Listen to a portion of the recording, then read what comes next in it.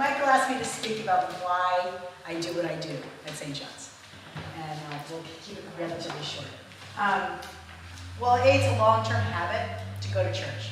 I admit there are a few years I didn't, but when I was a young child, and my dad was in the Navy, we traveled all over the world. And the first thing we did whenever we got to the new place was go to church. And we knew all the songs, we knew what to do, we knew what the book said, we knew we were immediately comfortable in our new surroundings, and we found our people right away. So that's been a long-term habit of mine. I didn't really realize it until I moved into this neighborhood, and I said one day, it's Sunday, I'm going to church, and I walked over here. I called my grandmother and said, "Baby, I'm going to go to church up the street." She goes, "Oh, St. John's? That's the church that Uncle so-and-so built for Auntie Emily." And I'm like, "Oh, come on, everything is not about our family." It happens that they were involved. And the first used the first vestry and gave some, stone and some land and some stuff. But so that made me feel even more at home here. And so right away, I really wanted to do things here. Like I wanted to be part of everything. Singing was my first one that I joined. I love to sing, and it's really great to have a place where my voice, which is, it's okay, but not great, but it's welcome here, and always feels good. And I love singing. I take the songs I sing here with me everywhere. So it's just a great practice for me. I also get to think and talk about my faith in a way that's kind of different than in a lot of places. Having a sermon group here and having not only the opportunity to talk about faith, or sometimes it's a very passive thing in some churches where someone else tells you what to think and explains everything to you, and you just sit there and go, "Okay, yeah, great." Here, it's a much different experience. It's really an active, searching exploration of what our faith is, and evidence what happened today with Katie. The sermon group that preceded this was very dynamic. There was just a lot of ideas really going around with big energy, so wonderful. And the final thing is I get a chance for my contributions to mean something, like in a community that needs me. So that's a big feeling in this world, right? We all can feel pretty helpless about, does our little vote count?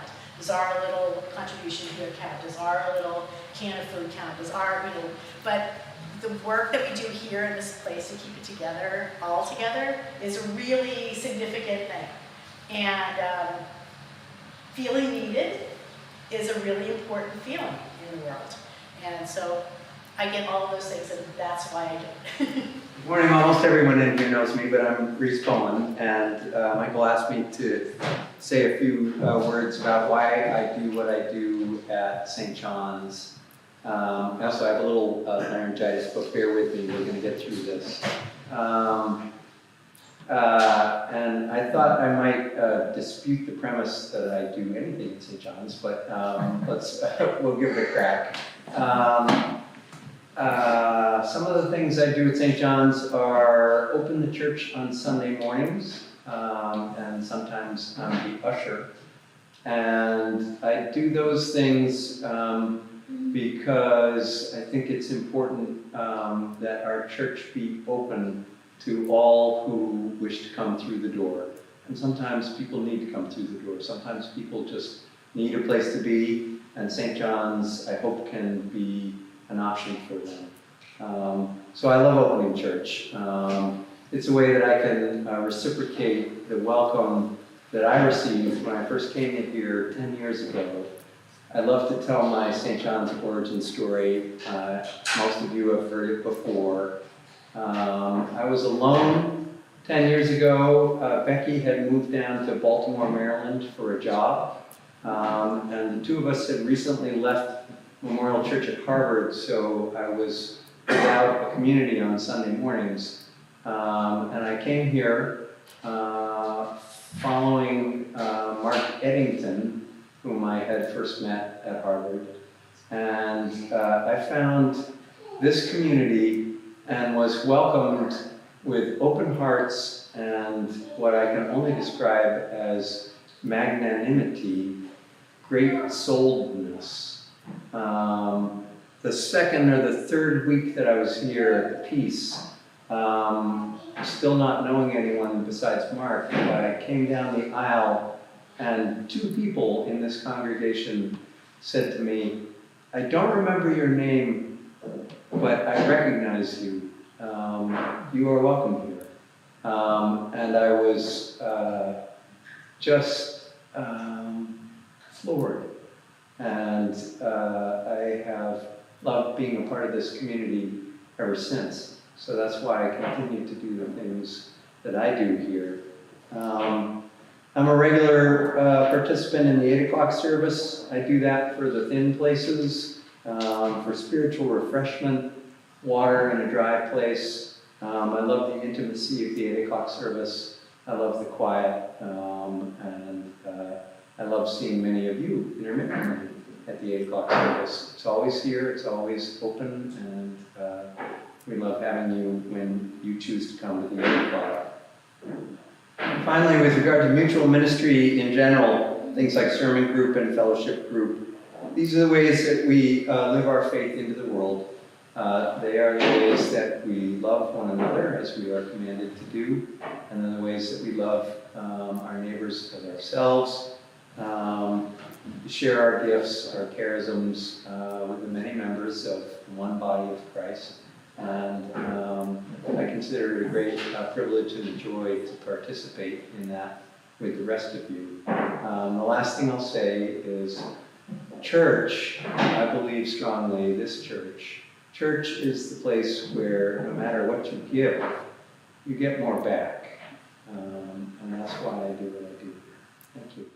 I'm Patty Scheck, and Michael asked me to speak to you about what stewardship means to me. I'm a cradle Episcopalian, and my family has been at Saint Johns for nearly 40 years. In 1984, we moved to Waltham from Georgia for my job, with no family or friends in the area. We looked at several churches, and it was the music, no surprise, that drew us to Saint Johns. Also, the rector at the time visited us in our home. That made a big impression. I joined the choir, and our sons joined the Sunday school. Actually, they, along with one other little girl, were the Sunday school. Since we had no actual family close by, over the years, the members of the church, all of you, became our family. Steve, my late husband, who most of you know, and I could not contribute much in treasure, but we gave of our time and talent over the years. I don't think there is any position or group in the church that either he or I have not been part of. All our children served various roles in the church. They continue to be involved in the churches where they now live. Will in North Carolina, Rob is rector of an Anglican church in Winnipeg, Manitoba, and Alec right here at St. John's. In a small church such as ours, mutual ministry is vital. Clergy and lay must share responsibilities. The treasure aspect of stewardship is certainly important, but it's the time and talent of the laity that allows the church to function. We have so many opportunities to offer ourselves and our gifts. Choir, sermon group, altar guild, now resuming fellowship groups, anti-racism group, vestry, the list goes on. So during this stewardship season, I invite you to make a commitment to one new facet of our mutual ministry. Where might you choose to offer your time and talent? Thank you. Why did I come here? The short answer is mutual ministry. And the idea behind that is not just we all do stuff around here. You all have a very, very clear and specific way of doing mutual ministry that is absolutely beautiful because it is rooted in community. Everything we do here, we do together. I know I got the long robes and all that, and these are symbols of the ministry to which I've been ordained, but what we're about to do up there, we are all doing together. And it's, yes, we do need folks to open the door and to lead services and to preach, but it's really about the folks here are engaged with their faith, with their theology, not afraid to ask questions, not afraid to wonder, and just journey together in this life and growing growing in our faith, in our trying to just be good people. When folks are called, and sometimes I make those calls that say, would you? They answer. More often than not, the answer is yes, which I appreciate. But no's are okay too, because folks will say, well, I can't do that, but is there something else that I can do? People around here are always willing to volunteer and jump in and do whatever needs to be done. What else do I have here? I mean, you guys take the call to preach and give us a good word about widows and Naomi and Ruth, and want to know more about who this guy Saint John is. You'll hear from Brian next Sunday about that. Lemming set the table. I have and probably will still throw some random things at you sometimes, and people roll with it, and they sort of roll up their sleeves and get on with it. I'm also keenly aware that while you all are very attentive to my burnout, I am attentive to yours. You do a lot around here, and there's burnout. I get that and I hear that. So one initial step is next Sunday, I am providing to you a celebration for St. John's Day. Gotten some catering for you. It's my way of saying thank you and a little bit of refreshment and rest. So let me take care of you for next Sunday. How about that? And with that, we are going to walk in love as Christ loved us and gave himself for us, an offering and sacrifice to him. Hi, I'm Alistair Batson. I'm on the vestry, and I was asked to give a short description of why I do what I do at St. John's. I put a video together last week that's in the happenings that was a reflection on everybody's reflections that we've had so far. And it was interesting just to watch that and reflect on my own path through the church and see all the commonalities that I see. It brought me back to when I wrote on Google Maps a long time ago, which I had to write a second time according to Google, why I came here initially. So initially I came here because I wanted to get married to my wife, my now wife, and I wanted to get married in the church. That meant something to me, having grown up in the Church of England. Within England, it's a different story than it is here, and I've slowly worked all of this out over time. There's just a lot of things in life you take for granted that you just sort of meander through, and people that came before you, people that come after you, all do the same thing, and you don't really register what those differences are until you completely drop yourself into a different community, and suddenly there are things that just disappeared that you didn't realize disappeared, and there are other things that arrive that you're like, well, that's weird. So when we were looking to get married, I wanted to get married in an Episcopal church. Me and my wife basically compromised on an Episcopal church because she didn't have any complete affiliation to anywhere else in particular. And we went looking at churches in Old Saybrook in the end. We looked at a bunch of different places. And there was a lot of nuances to that you can ask me about, but we ended up in a specific church. But we had to do the classes with the then priest in charge at the church in Old Lyme on the other side of the river.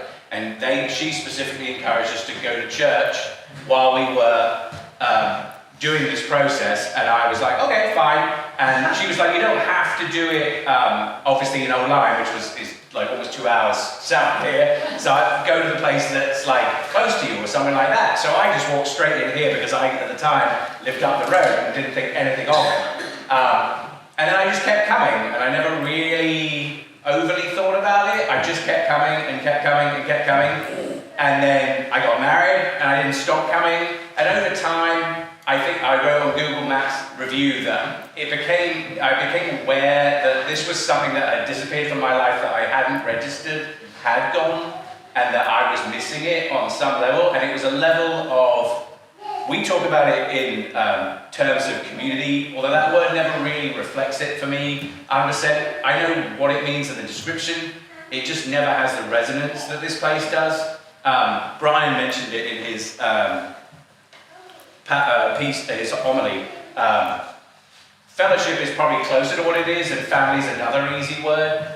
Over time, it's just become a place that if you take me out of a situation, I'm an expat who moved from Britain to here. I moved to Connecticut specifically later, and then Massachusetts. I didn't know anybody when I moved here. Like, there's no And so when I moved here, you just don't have anything. I have no connections to anybody. And obviously, like Brian was saying, you have work and you can jump jobs, and those positions, those friendships come and go, but they're all tied to those specific roles. Whereas church, I've realized over time, is this thread throughout my life that I could maintain.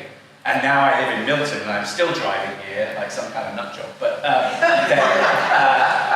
because this is family to me, this is home, and this is a place that I care about, and I can see within the people that I work with, they reflect the qualities that a family does. Like there's so much empathy here, especially in the outside world, when we talk about, I personally talk about the lack of empathy that other people have. In this place, I always feel like people come up to me all the time and they remember things that I've said, and they ask me specifically how you're doing, and they come to me and ask questions. And then the other reason I stick here is because is what you can give. So when I first started coming, the conversation was about giving financial money was the obvious one, and like Paddy said, I couldn't give that much, but I wanted to give something, and at the time I didn't really think about it. I was just like, well, I can give time, I just can't give money, and I wanted to give something, so I just gave time. And at the time I didn't think much of it. I thought it was, on some level, a slightly poor option, because I could tell, like, when I talked to people about the finances and saw some of the things around the building, like,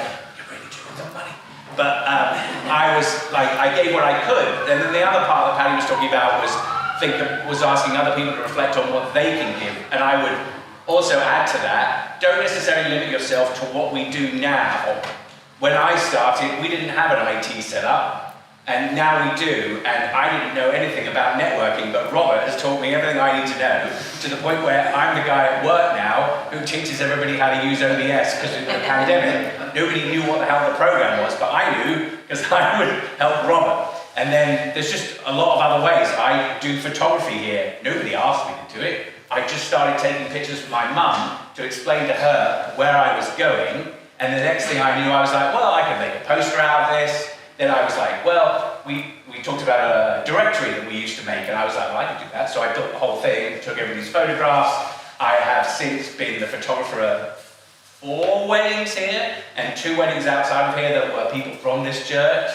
And it just offers you this broad connection to life that you won't get anywhere else. There's also a generational reason for here. I'm not going to meet young kids. I don't have kids of my own. So I get to hang out and help kids who need help. Only last week, Alexandra was asking me how to do something in Photoshop that she has to do for school. So I was just explaining this is how to do it.